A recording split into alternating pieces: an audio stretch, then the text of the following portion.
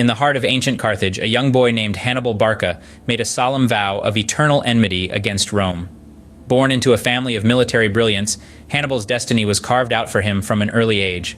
His father, Hamilcar Barca, a prominent Carthaginian general, instilled in him a deep-seated hatred for Rome, a hatred that was to become the guiding force of his life. Hannibal's early years were spent under his father's tutelage, learning the art of war and the importance of strategy. It was during these formative years that the young Hannibal swore an oath of lifelong enmity against Rome, a pledge that would spark one of the most storied military campaigns in history. Behind this vow lay the backdrop of a bitter struggle between two of the ancient world's most powerful city-states, Carthage and Rome, a struggle that would set the stage for Hannibal's future exploits. The seeds of hatred were sown early in Hannibal's heart, a hatred that would fuel one of the most audacious campaigns in military history. Picture the daunting peaks of the Alps, a barrier thought insurmountable by large armies. Now imagine a man daring enough to cross it with an army and elephants. This man was Hannibal Barca. His audacious decision to cross the Alps was a stroke of strategic genius that sent shockwaves through Rome. The journey was fraught with hardship. Freezing temperatures, treacherous terrain, and hostile mountain tribes tested the mettle of Hannibal's troops. Yet, the Carthaginian general's resolve held steadfast. Under his leadership, men and beasts alike trudged through the snow-capped peaks, their determination unwavering. The sight of elephants lumbering across the alpine landscape must have been a sight to behold, a testament to Hannibal's audacity. This daring feat was not just a physical triumph, but a strategic masterstroke.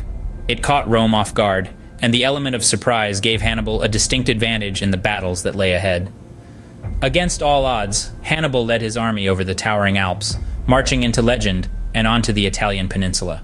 Rome, the mightiest power of the ancient world, was brought to its knees by Hannibal's tactical brilliance.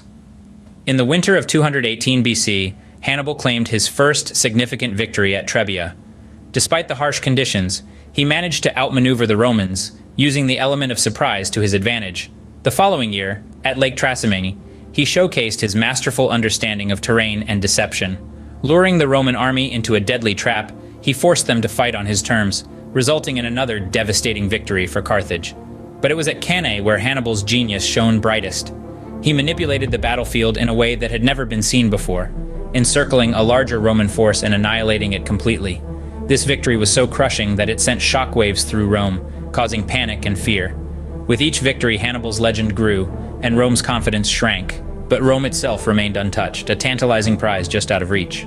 In the face of Hannibal's unstoppable march, Rome braced for an attack that never came.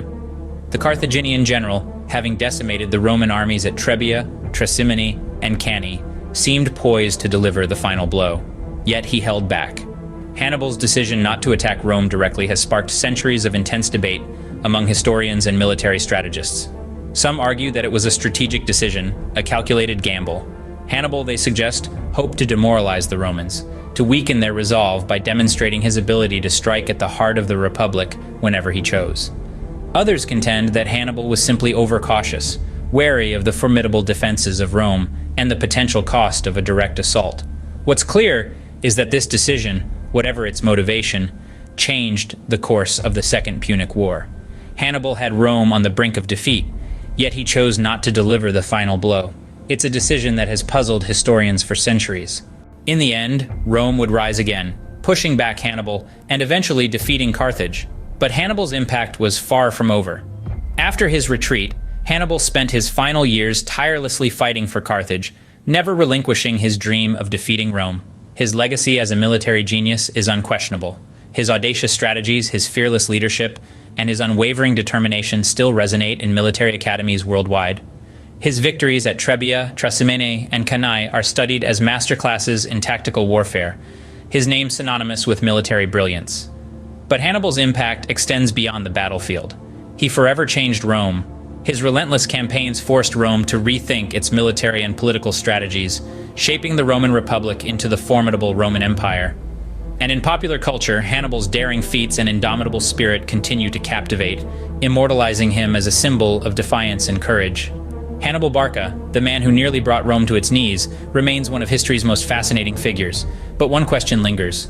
What if he had attacked Rome itself? Would the world we know today be different? We can only wonder.